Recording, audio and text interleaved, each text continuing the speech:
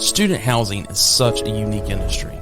The more unique an industry is, the more important it is for that industry to have a resource and a platform to share ideas and data, to determine best practices, and a platform to simply promote networking among the professionals in that industry. That's what we are setting out to provide with Student Housing Insight. But what's even more unique about the student housing industry is how unique those professionals are. They want to make a positive impact on the students and the university communities they serve. They understand they have an opportunity to touch the future. They come to work every day looking for ways to make that future bright. If you're one of those people, come be a part of Student Housing Insight.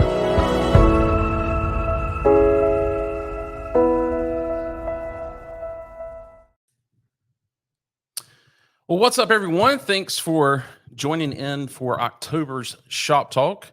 If you could, just let me know in the comments if you guys can hear me okay and everything's okay with that. All right, fantastic. Well, guys, like I said, welcome to October's Shop Talk. Looking forward to talking about what's happening from a leasing perspective as we've officially kicked off the leasing season in most markets, and excited to jump into that data and talk to our panel about that. We're also going to be talking to Dan Oldersdorf with the Mental Wellness Coalition and getting an update from him on all the great things that they're doing over there and some new resources. So make sure that you stay tuned for that towards the end of today's presentation.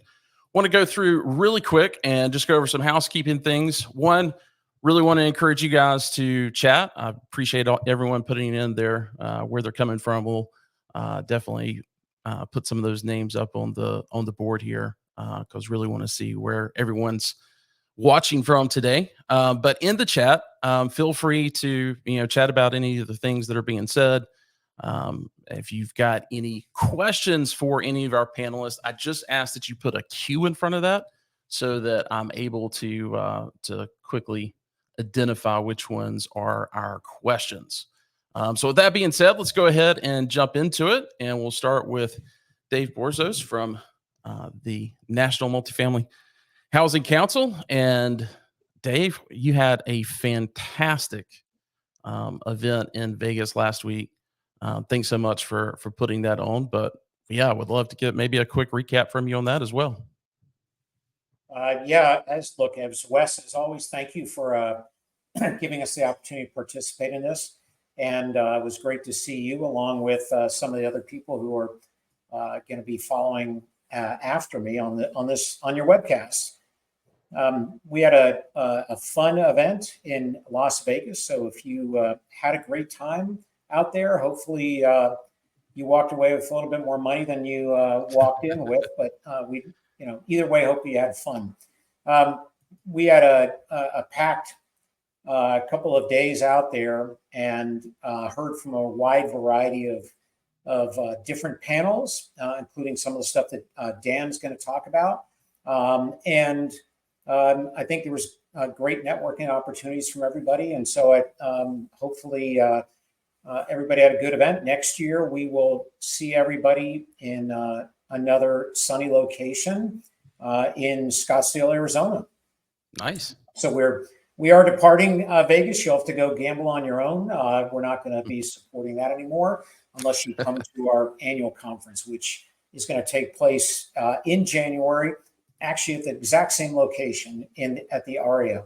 But before that, and I think this applies to a lot of people on this call, if you are not, or if you don't have people on your team attending our OpTech conference next week here in DC, you're doing yourself a disfavor. This is, a premier event for anything related to operations and technology impacting the broad multifamily industry. When I mention that certainly includes student housing as well. We'll have over 3,000 people registered for this event. So pretty amazing event. So hopefully we see some of the folks from the industry out there or see you out there. So we're looking forward to that next week. So let's talk about some of the advocacy stuff that is impacting. And I'm going to start with technology and the impact to the industry and some of the important things there,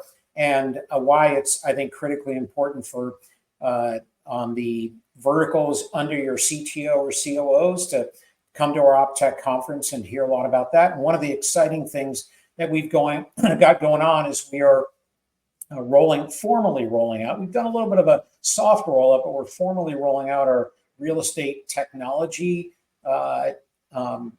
council. So it's a portion, it's a part of NMHC, but it is something that is going to specifically focus on and highlight the importance of technology and its impact to the industry. So anything related to, whether it's broadband or cybersecurity, anything of that nature, AI, which is certainly, a buzzword we heard about last week at our conference, but certainly something that the acronym for this new organization that is being formed from some of the folks on the NMHC team is called RETC, RETC.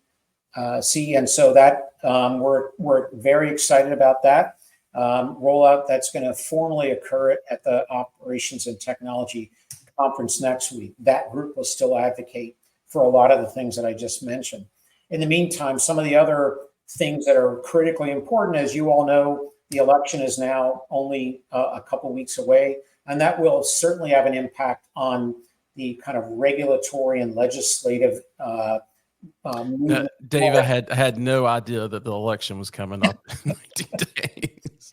If you are in one of the battleground states, I feel bad for you because you have been absolutely inundated with nonstop advertisements, etc.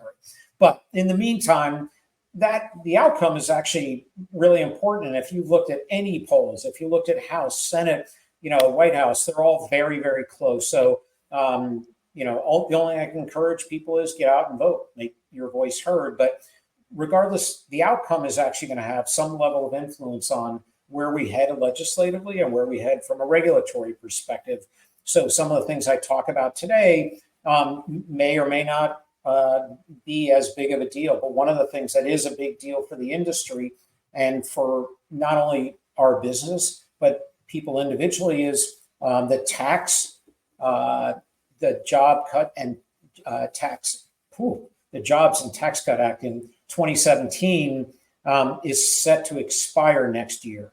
So one of our biggest priorities next year is to ensure that there are no adverse impacts to the student housing industry as they renegotiate, extend, depends on what happens with the expiring tax provisions. So if I were to talk about one thing that's going to happen regardless of who's in control, that is something that is going to be front and center in terms of what is occurring from a regulatory and legislative priority for NMHC. There are lots of other things that occur that we're working on. We've talked about those in the past. There's no real updates per se in any of those, but I think when we next meet, we will know the outcome of the election, probably be able to give everybody a little bit of our view of what's going to happen going forward, depending on what the outcome of the election. So with that, I'm going to give the floor back to you, Wes, and happy to answer any questions, or people can reach out to me if they want to chat about anything from here in Washington, D.C. Yeah, I think the next one is November 17th. I'll pull up the slide here in a second for the next Shop Talk. But yeah, I hope we know who all the winners are at that point in time. And fantastic panel that you guys did. I think it was the opening day, but it was like the last session where several of yourself and Matthew and several other folks from NMHC kind of gave a update on, hey, here's where the candidates stand. So for those that haven't made a decision and you're in this industry, I would strongly suggest that you go to the NMHC website and pull down that. If you missed it, if you missed that particular session, make sure you go and pull down that. I think you've got all the slideshows up on. I believe I got an email yesterday showing that they were all up. So that is correct. Well, great. I want to bring up someone else who was at the conference last week. Rich, how are you doing, Wes? Very good. Dave, kudos to you and Matthew for a great event last week. Thank you, Rich. Well, Rich, we've got some other events that yourself and the folks Interface Conference group are putting together. So let's talk a little bit about LeaseCon TurnCon coming up. Yeah, we're excited to come back to your home city of Charlotte. Obviously the leasing season's underway. I know we're going to hear about that from Charlie and other panelists in near order. And I'm very interested to hear what they have to say about how it's going and how it's gotten started. But yeah, I mean, that's what LeaseCon TurnCon's all about. What's going on with leasing. I think at that point in early December should be an interesting time and juncture to judge what's going on.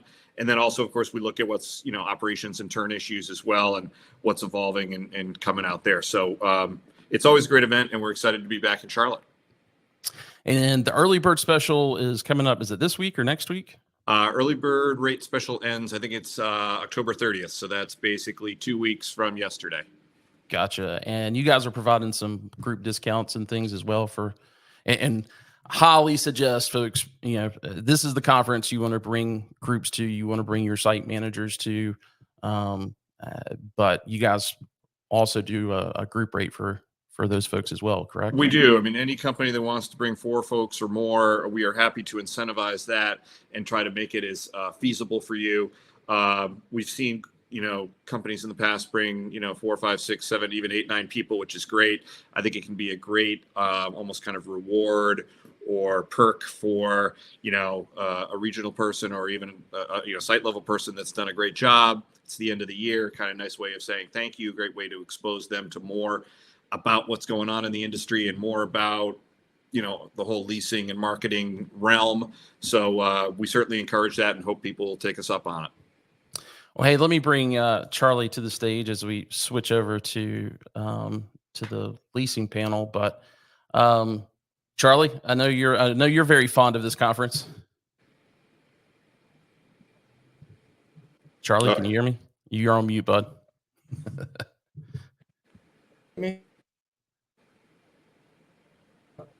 There we go. I'm back. There we go. Good. Yeah. I would say, regardless of the seat you sit in, go to LeaseCon. The first conference I ever attended actually was LeaseCon. I think Rich, was that your first one back in 2019? It probably was. Yeah. It's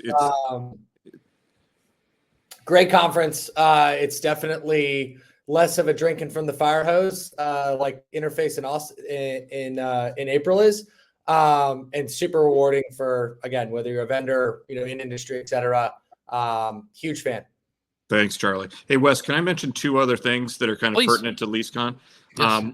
One is, and this was actually both of these ideas came from your ambassadors, but when we do the roundtables on the opening day, we're going to do that. Then we're going to have a special presentation, but we're also going to come back and do kind of regional leasing roundtables based on the College House 5 region breakdown. So I think that could be really neat for attendees.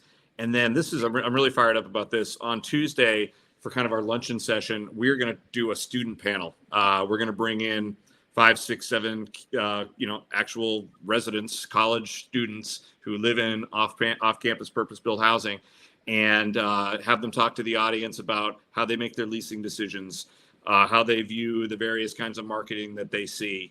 So when you get these kind of panels with actual residents, it's a lot of fun. So very excited to bring that this year to the event. Yeah, and a big thanks to, as you mentioned, to our Student Housing Insight ambassadors for giving us their ideas and thoughts, and hopefully we can bring a lot of those to fruition. So, well, Rich, anything else before we switch over to the leasing panel? No, that's it. I'm going to grab my lunch, and I'm looking forward to hearing Charlie and his panelists. All right. And Chrissy Pillman, Jason Fort, if you're watching, there's a message there that you need to see. So. I like that. All right, Rich, take care. We'll see you soon. Thanks. Cut him off just a little too soon there, but Charlie, how was your Las Vegas NMHC? I will say, I know Dave's not on here, but if he's listening, Aria, great venue versus MGM. I think that's Heard that from many people. So I had a great time. It's great to see everyone. It's been a minute. But yeah, it's the sad thing about about Vegas is, I guess the only time I saw the sunlight is when I left the airport, got in the taxi, got out of the taxi, and then when I left to go to the airport to get in the taxi and get out of the taxi. So it was a lot of fun. 48 hours of student housing is always a great time. And again, the venue was really conducive for running into people, places to walk and eat, and all the fun things. So shout out to David, Matthew, and the rest of the NMHC team. I know that's not easy to pull off. Yeah, it's a fantastic conference. Well, hey, we've got a fantastic panel. I'll let them introduce themselves in just a moment. I want us to go ahead and go through the data from the first 2 weeks. And with that being said, I'll get started with that. Awesome. So, Wes, and we spoke about this on our pre-call as well as in the emails, but want to set the stage of what is included here. I think it's super important. This encompasses about 475,000 beds of properties that have started thus far, right? The West Coast starts relatively later based on the school year. And again, there's other operators, other properties that have not. So everything you see here is about, call it for round numbers, 475,000 beds. Traditionally in the reports, we have a little over 900,000 there. So as those start, obviously the reporting will catch up there. Additionally, this is from, I guess, 10/13 of 2023 is the last year, and then 10/11, so last Friday of 2024. So you're within a couple days of each other. So if you got the previous report, I think we did in our last year, Wes brought it up. That's from 10/9. So again, we're a week ahead from those leasing metrics from the year prior, just based on how the Fridays land. But things are off to a rocking start. Right now, we're the industry for, again, the 475,000 beds. Average pre-lease is 21.2%. That's down from last year, about 1.5, 1.7, I think is the actual number you'll see here, down. So we get to the report. But one thing is that more groups, especially on the Southeast side and a little bit in the Midwest too, have started sooner. You can see there's a little bit of lag there on the Southwest and Southeast side. But ultimately, pretty much, again, plus or minus a point there in line with last year's start as well, which, as I think the cliche goes on and on and on, it starts sooner, earlier and earlier. There's not much time to kind of rest and relax until, you're kicking off for the following season. Gotcha. And then as we look at this from the floor plan level, we can see really what is moving at this current time. One of the key things to note here, this number of beds tracked, again, that is based off of the data we're reporting here, but also properties that have started leasing. Again, this is not fully encompassing of the entire industry because it doesn't include properties that have not started leasing at this current time. Additionally, if you look at the information, you can see here, the only real one that pops out and jumps off the page is really the 6 bedrooms. Again, smaller unit type, a smaller subset of all the unit types that we're tracking here. But again, behind, roughly about 12%. Everything else, call it the ones, the studios to the 4s, which are more typical floor plan types, are all within, 1.5%, or I guess 2% there on the 2s. But I think that makes sense because based off of tracking the 6 bedrooms last year, I was, at least for the first 3 or 4 months of the season, I was saying, I was always asking the panels, like, what is it with the 6 bedrooms? Like, I know there's not a lot of them, but yeah. Well, what we uncovered from that combo is that they're the lowest renewed. Right. So you have a lot more going out into the open market. So again, with your, more typical units or common unit types of studios through 4s, again, you just have a higher renewal base on those. So that's probably why you're seeing a little bit of a dip as well. Yeah. 6 bedrooms are definitely typically more sophomoric. Sophomoric. You should we'll add that to the Webster Merriam Dictionary report. So again, everything, seemingly tracking, again, behind about a point from last year. Then as I look at the rental rate, so again, breaking this out, the same number of beds included here as the previous on the floor plan slide we just showed. A couple things that stand out here. You're seeing a lot larger of a jumps as it relates to your larger unit types. Again, if you look at $50, how it stands over 1,400 versus 800, again, you're going to see a larger percentage increase. But across the board here, still seeing some strong momentum there. And a lot of that in the markets where we do have supply coming. Again, there's about 38 to 40,000 beds, give or take, that's delivering for fall 2025. There's just not that much new supply that's coming. So as the initial data comes out from the enrollments, from the, I guess, fall 2024 enrollments, this will all become a little bit more clear, but still strong fundamentals across the board, especially as you look at your 4 bedrooms and your 2 bedrooms there, which are, again, the most common from a unit type perspective across the space. Hey, I just wanted to make sure you know, Merriam-Webster. What? Does You're kidding. I wasn't just making a word up. No, I do that a lot. So I was thinking other people were like me. Sophomoric. I'm going to write that one down. SAT word of the day. But anywho, again, strong starts. We've seen a lot of these markets. I mean, there's properties across the board that are full already. We're, call it 15 days, 16, 17 days into October. So strong performance across the board here on the student housing front. And then again, these are just your, I guess, the visualization to see that on a trends perspective or a bar chart perspective. I promise I never make you have to do the math. So that's what those first 2 slides were for. But ultimately, rates are up. I think that's roughly about 6.5%.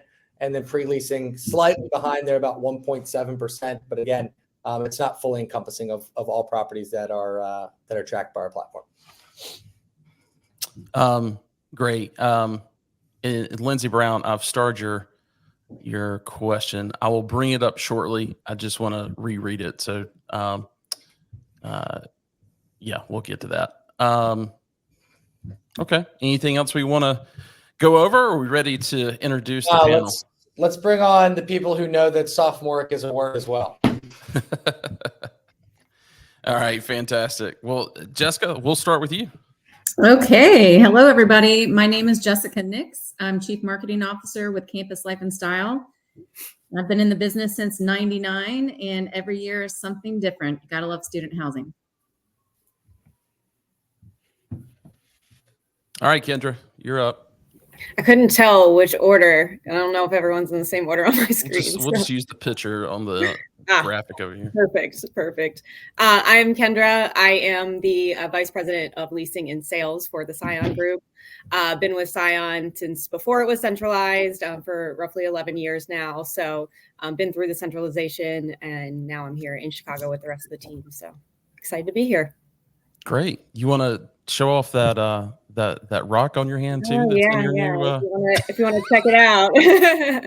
Congrats. Thank you.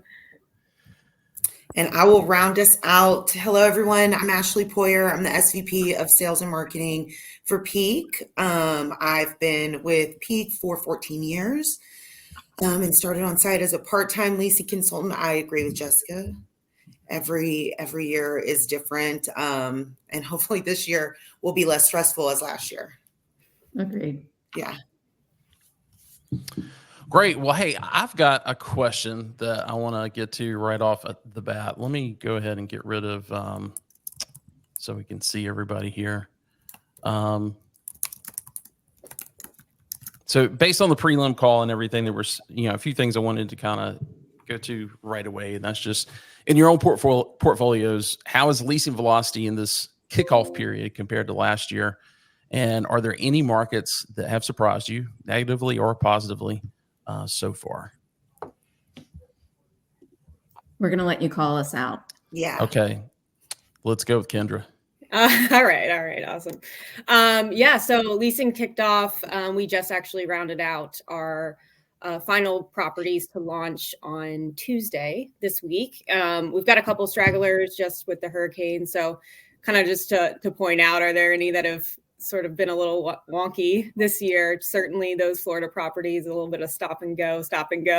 Schools open, schools closed, hurricane, then there's another one. So I think we're seeing some of the Florida schools are lagging a little bit. And that was definitely apparent in, Charlie's report there with the Southeast. But overall, we're actually slightly ahead of year over year. Of course, it varies by market. And, I think biggest insights are the strong big schools that have had huge enrollment are starting to really take off, and those secondary schools are still coming out slower. I know we'll probably get into some of the impacts that we saw with FAFSA and what we can expect this year, but overall, exactly what Charlie showed is what we're seeing as well. Great. Jessica? Everything she said. So I have some really fancy numbers that I could throw out. My flagship schools, University of Kentucky and Lexington, my two assets are 40 and 42% pre-leased. And that's actually 7% ahead. And last year was a really fast lease up. I have Texas A&M. I'm 28% pre-leased, but that's for a property that's over 1,000 beds. I'm 8% ahead.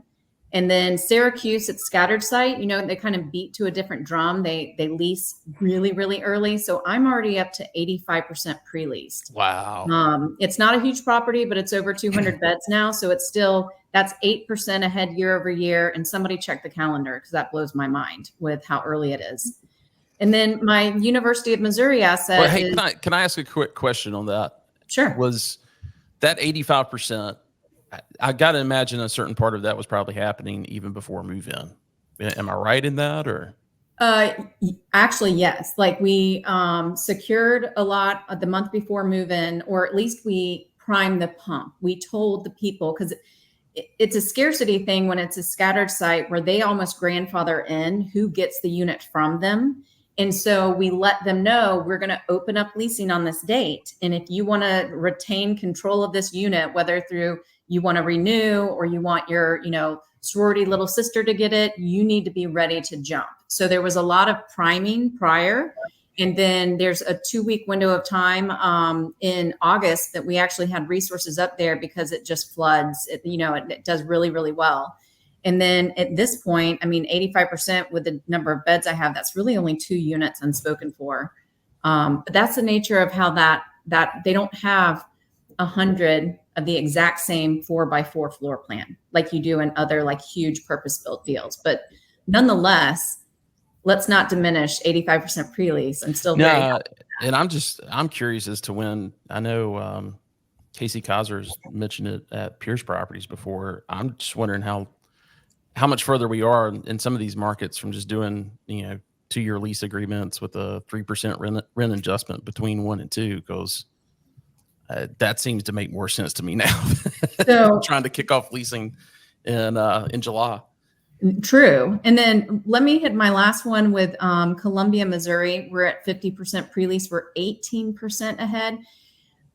Everything's in the details. It's how early you start. It's your tiers. How low did you go? All of that affects how fast you can go. But those are ones, and I have others, but those are ones that make me feel great. And when you look at that side of the report, you feel so good. And you're like, I love these. And the freshman class enrollment boost. And that's so great. But I have secondary markets that are a lot colder. And I feel like we talk about it internally. They saw things. If you weren't flagship and you leased up really fast last year, you think one thing about the leasing season.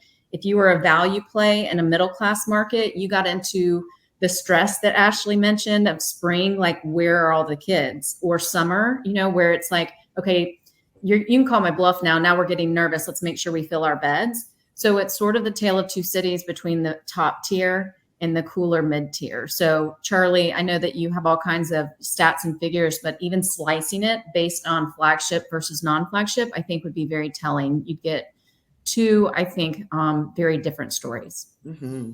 Yeah. On our year-end report, we broke out like your tier 1, tier 2, and tier 3. And every I think there's about 100 tier 1s, 100, and we break it out by enrollment. So like 25,000 students or above. Mm-hmm. All the metrics on tier 1 were really, really, really awesome. And then everything on the tier 3 markets, transparently were just underwhelming. Rent flat, occupancy down. And I think, the conversation, and this was, something that came up last week at NMHC around the enrollment cliff. Like, I can very much tell you that there isn't much of an enrollment cliff in Columbia, Missouri, right? There might be at your smaller tier 3 universities that I don't even know the names of at some of these schools, but generally speaking, just the high level numbers. Obviously, we need a little bit more granularity, but a lot of strong enrollment numbers still coming out. I see a lot of them. Even I know we mentioned Jason Fort. His LinkedIn is just him posting all the schools that are showing record enrollment, record freshman classes. So ultimately, I truly think, like, even with a little bit of the supply coming into a couple of those markets like in Knoxville, like, there's not really much that's changing the supply demand fundamentals, and enrollment's growing. Ashley, what else do you have to add to that question? Well, we, similar to the other two ladies, we are off to a really strong start. We're seeing more renewals compared to this time last year versus new lease traffic, which I don't think I'm surprised by. What's interesting is that we're seeing more interest in new leads coming in. Hopefully that is a result of our advertising strategies and starting those a little bit earlier to include some of the old school tactics with brand awareness out on campus and just, keeping our name kind of front of mind for all of the students and the new students in the markets. Peak is 25% pre-leased. And for our same store portfolio, that's 2% ahead of last year. Nice. And of course, we have some outliers that are not ahead. For us, some of the markets, similar to Jessica, not quite 85%, but our purpose-built deal in Syracuse is 20% ahead of last year, which we were not planning. So, that's a happy win for us. And it's allowed us to get ahead of some of our tiers earlier than we thought. And really our ultimate goal is to get as much as we can in the fall to prepare for another spring slowdown, even in the tier 2 markets. And so in some of our markets, we are budgeting flat or even backwards, where we definitely found our price ceiling. Like the Merced, Californias of the world. And then there are others, of course, Austin, where we're still going for double-digit growth. Nice. Well, let me go to my next question. The markets that were challenging for you guys last year, how are you approaching marketing and setting rates for those properties this year? And Ashley, we'll start with you this time. Yeah, sure. Well, I think I just answered that. I'll go into a little bit more in detail. It really depends on the dynamics of the market, obviously. For, Reno, Nevada, where the math just doesn't math. We have 2 deals that got into the high 90s there, and, we're way off the original plan for those deals. But that's what the market calls for. And so we've taken extra time in the markets where we did not hit budget to really evaluate where our comps coming out at. Obviously, the changes in market surveys and stuff like that have played a role in that, but just trying to take our time to really understand where pricing is at, who's seeing momentum, who isn't, and just being a little bit more thoughtful. For our tier 1 markets, similar to Jessica, we're still being aggressive. We've got several deals that are still looking at double-digit rent growth. From an advertising perspective, across the board, we came out much earlier. So we switched over in August and let our organic efforts focus on kind of those last few beds that we needed, or backfilling any no-shows. But any of our big investments, like all of our advertising on digital and through our agency partners, all of that flipped over in August. And typically we would have probably done that later in September, just because, new leasing isn't the priority, but we just needed to get more interest and more leads in the funnel earlier this year if we're going to have a bigger fall. I know you talked to your site folks quite a bit about these things. If it's going out earlier, what's kind of been their feedback? Has it been something that the students have been appreciative of, or something that They're they're like, I just moved in. What am I? Yeah. We haven't gotten really any pushback from our on-site teams about it. I think the students that are like, you're tripping, specifically the students that signed later in the year that got better pricing.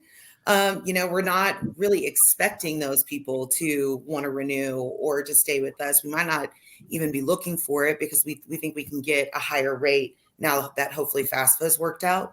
I think the teams are navigating that. Of course, there's going to be some pushback, but by and large, because most of our advertising right now for new leads and new leases is happening online, it's not intrusive to the student population. I think residents, their friends are hearing that from all of our competitors who also launched. So it's not been a big deal for us. Great. Kendra.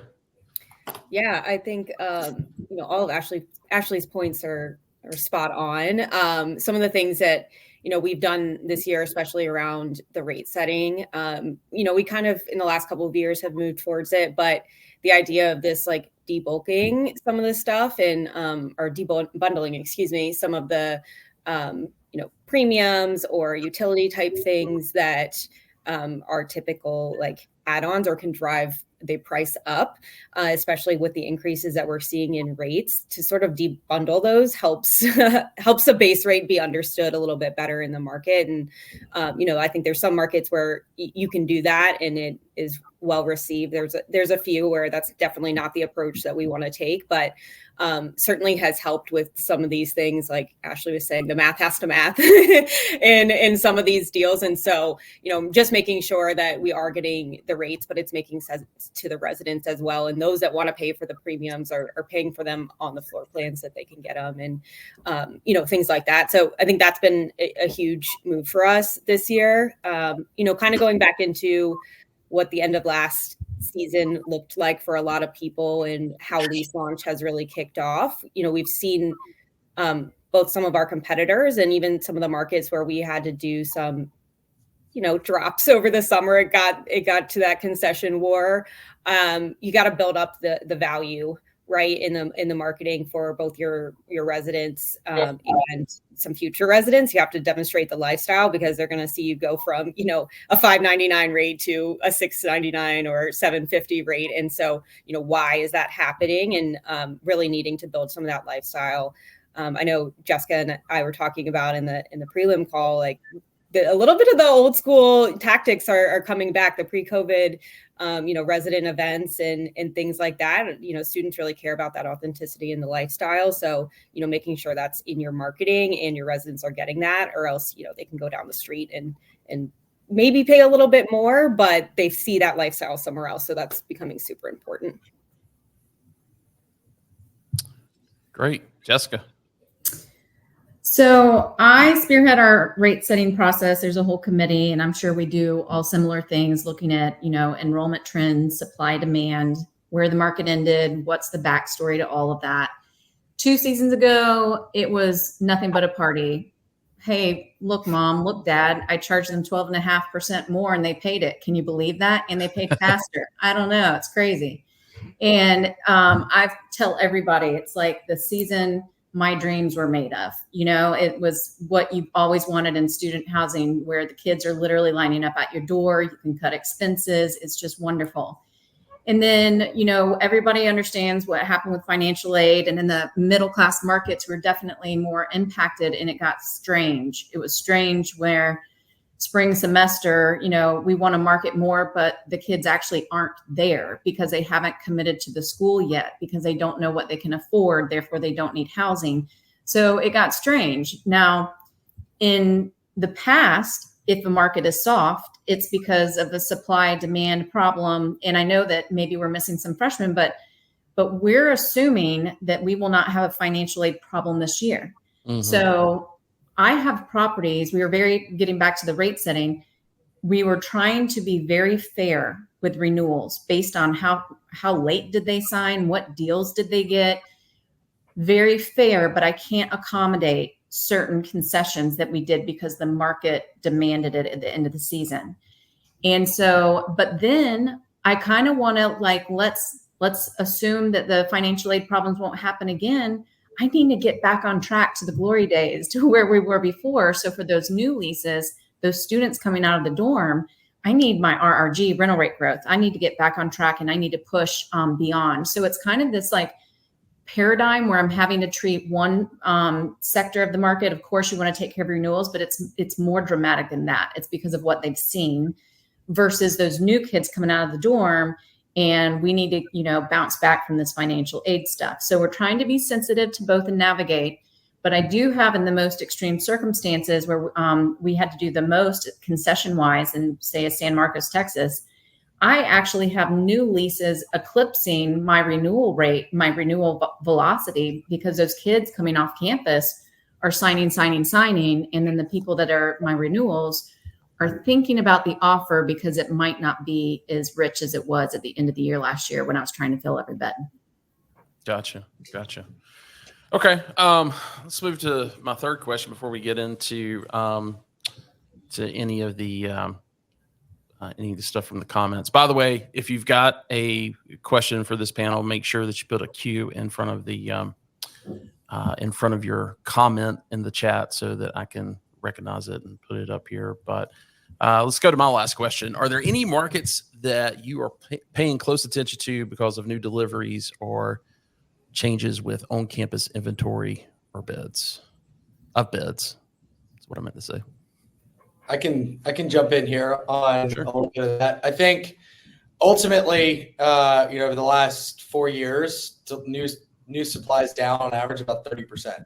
The weird thing, though, is that there are markets that are getting hammered, right? If you look at last season, there were 3 or 4 deals that delivered in Madison, Wisconsin. And then as you look at this, the next upcoming years, it's really concentrated.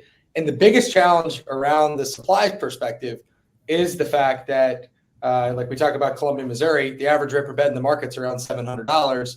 It doesn't make it economically feasible to deliver a new project with the cost of capital where the rents need to be. Our year-end report, the average rate per bed of a new delivery this past fall was $1,293 per bed. And they delivered at an average of 87%, which is better than the previous year, but still it's $100 about more per bed than it was previous years.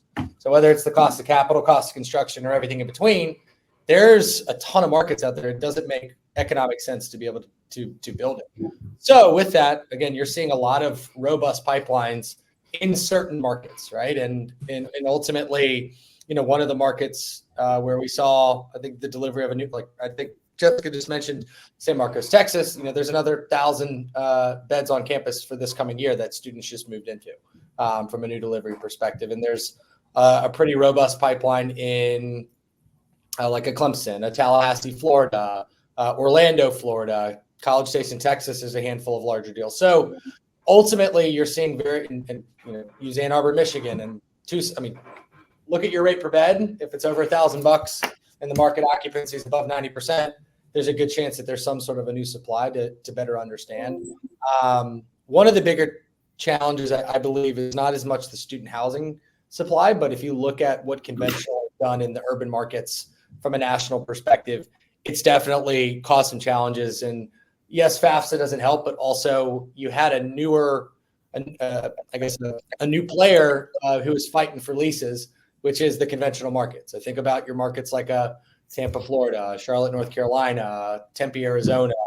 Some of these markets have been exploding from a conventional side. They were giving out way loftier concessions than anybody else here was. Brand new inventory, 3 months free rent, 1 month to break your lease, you're still getting 2 months free. Mom and dad are pretty pumped about that. So I would say, generally speaking, markets that I'm looking at it and I'm having conversations and talking with clients about is really your urban markets is one. And then again, those markets where you actually have a lot of purpose-built student housing supply. And again, it's pretty tailored to, again, 25, 30 different markets across the Southeast, Midwest, and I guess all regions, but transparently, there's multiple projects coming more in the Southeast and the Midwest. All right, who wants to tackle this? Go for it. Okay. Everything Charlie said, Tampa, the multifamily market on top of the financial aid impact was a uncomfortable ride this past season. And I have multiple assets in the market, and we band together and, do everything we can to protect, real estate value or grow real estate value. But I'm so intrigued to see what, I feel like the hammer did drop on the conventional market. There's just so many new deliveries that even if I don't compete with that price point, ultimately beddage is beddage, how we say it. It's still, going to affect the market. And then I do feel like that's one of the schools where you have a lot of like first generation students. And even though it's a huge school, it's still considered a value school in Florida. And so if the schools are transparent with data, once that starts coming out later this fall, it's going to be interesting to see what their freshman class looks like versus total enrollment, because that market is just, it's gotten soft there. And then I'm not bitter, but San Marcos, not only did they open, 1,006 beds on campus, they purchased the Vistas and Sanctuaries lofts. They're trying to provide a more affordable kind of world for their students to live in that market because rates have gone up so high, which is the plan I wanted to stick to. And then they have another 942 beds coming out this next fall. So we knew that was coming. But then if you look at enrollment trends, okay, fine, but they're growing. So the growth, it should, balance itself. And something didn't balance this season. I have one property that leased really fast and it got to 88% before we really got into the heart of spring semester. And that one did great. But if you weren't leasing that fast from the beginning, I think, what I saw were a lot of people quietly rolling back rates to try to quietly starting to freak out that, oh my gosh, what if all the what if there are not enough students to fill the off-campus bed? So that one I'm looking at closely. And my final point to that is I see the number of beds and I see, supply and demand metrics, but I warned my team, this is back when online leasing was online classes were just starting to happen. Dig a little deeper and double check and make sure you know what you're really up against. Are the beds single? Are they going to do double occupancy? Are they going to do triple? There's articles talking about how, that's what they were doing because they wanted to hold that many kids on campus in San Marcos. Yet there's vacancy off campus, but they still wanted to, have that freshman experience on campus no matter what. So I'm watching that one. I'm trying to be, smart and pay attention to how many people are they retaining on campus. But I'm hoping I start feeling that enrollment growth off campus this season. Great. Kendra, Ashley, you guys got anything to add to that? Yeah, I'll jump in. I'm not sure if it's as much related to new beds, so it's probably not even the question you're asking, but it's things that are scaring me and top of my mind. Is one of the points that Charlie made about multi-family just absorbing some of our demand. Markets, I really think that that's what happened to us in Tempe for the higher end product, which we manage a deal there that just, in the prior 2 years was 100% by May, June. And, we moved 10% in the spring semester, and it didn't matter what special we came out with. We had lots of interest. We sent in the best of the best in closers and still couldn't get there. Got into the 90s, but could not get to budget, which was 100. And I think that in that same area where our property is located, they had a lot of nice multi-product open that was doing the 2 months free, 6 weeks free, because they were lease ups. They could move in the day that their lease expired from their current place. There was just more flexibility, and hopefully there won't be that much flexibility this next year. That deal is off to a strong start here, but that deal caught us, or that market caught us a little bit off guard. Atlanta is one where we actually do have a lease up in Atlanta for the Georgia Tech market. But one of our deals there, it had a heavy reliance on international demand that we didn't see this year. We didn't see at that deal. We saw at another deal that we just opened, and just not enough to go around on the west side of the Georgia Tech market. So it's those kind of nuance one-offs that is kind of keeping us up at night. Kendra, if you don't have anything you really want to add to it. I want to get to a couple of these questions because I need to get to Dan, and we're running low on time. So unless if you've got something just miraculous that you talk about. I guess that'll be my secret. I'm just kidding. No, same big point on urban markets and just like the drive into shadow market, because those competitors have just gotten smart. Gen Z is now moving into those types of products too. So they know how to market, they know how to, speak to them from a lifestyle standpoint. And then also, they're throwing on the rates. So Gotcha. yeah, that's all I'd add there. Okay. Charlie, I'm going to throw this to you from Lindsay. Are your formulas calculations per market only taking the synced communities into their total? Just wondering how much certain companies not sharing data anymore has affected the overall data. I know that's something everybody's chatting about. So yeah, everything on the reports that we always do is about sync. So if it doesn't have a year-over-year number, it's not included there. Okay. And for everybody, Sean Roberts asked, according to the pre-lease trends graphic that we shared at the beginning of the presentation, pre-lease national average has decreased 1.7%. What are the biggest drivers of that decrease? And I will say this, it could be more, it could be less.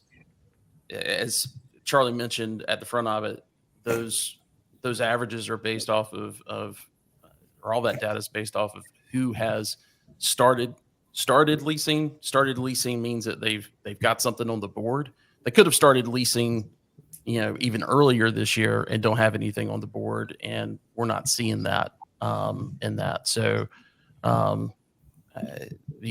looked at the November stuff from the previous year, and that was pretty all encompassing. So we're kind of in an interesting limbo phase with a lot of stuff starting and not. But I'd say, a lot of the markets that we're looking at here, I guess from a Southeast perspective, I think Kendra mentioned it. There's been some stop and go in the Florida markets. If you think Tallahassee, Gainesville, Orlando, Miami, you've got just between those markets, 100,000 beds between them. So ultimately, I think that's one of the key things. And then also, I think there's also been a little bit of a, I think, I can't remember who just mentioned, I think Ashley did, Gen Z is getting a little smarter. And again, they're more selective and they have all the information. So there's deals that are full, right? That have been full for a month now. There's also stuff that was full that, again, there's a little bit of a tempered lease up, and, markets are responding, and people in those markets are, I wouldn't say licking their wounds, but, they're taking into account that it's not just 2022 again, and being a little more calculated. So those are the key things. All right, guys, I've got to move on to Dan. Thanks so much for being on this panel for this month, and for the time that you had to sacrifice to go over all that data this week and be ready for this. I think it was fantastic, and look forward to seeing you guys if not before Thanksgiving, maybe after Thanksgiving at LeaseCon. Awesome. Thank you, everybody. Yes. Thank you. Bye-bye.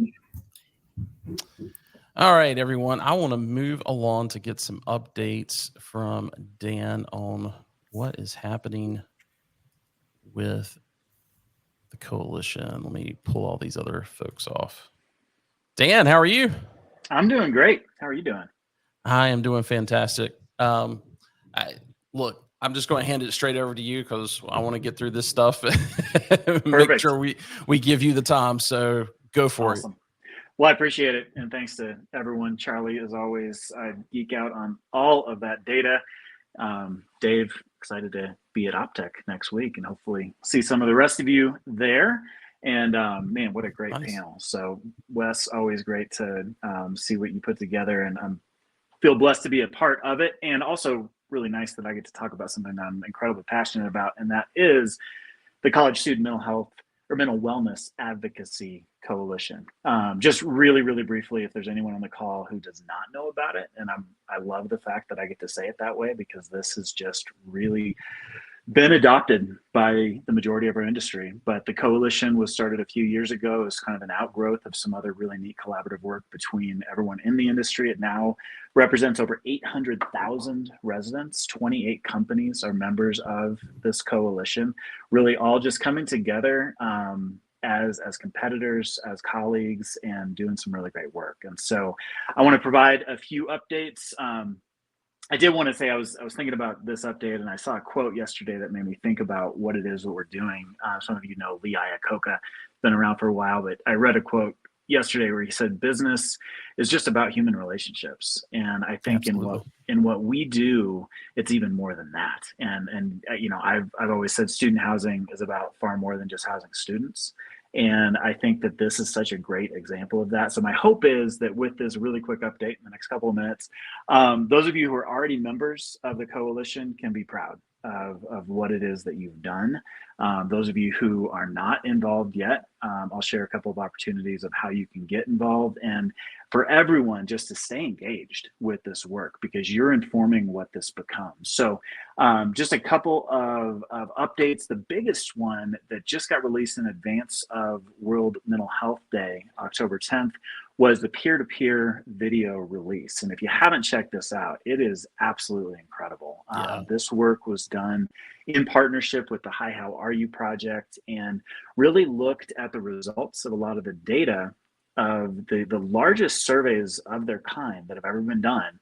The coalition commissioned Ipsos to do. And so we have this incredible data set that of this survey that was sent out to all the coalition residents, 800,000 people, really defining what are the things that make college students thrive. And based off of that, and based off of expert input, these videos were produced, and they truly are peer-to-peer. I think we've seen some, let's just say, lame attempts at these things that have been developed by people in the past, and this one is done so well. Some So of us nothing actually may have created those lame videos.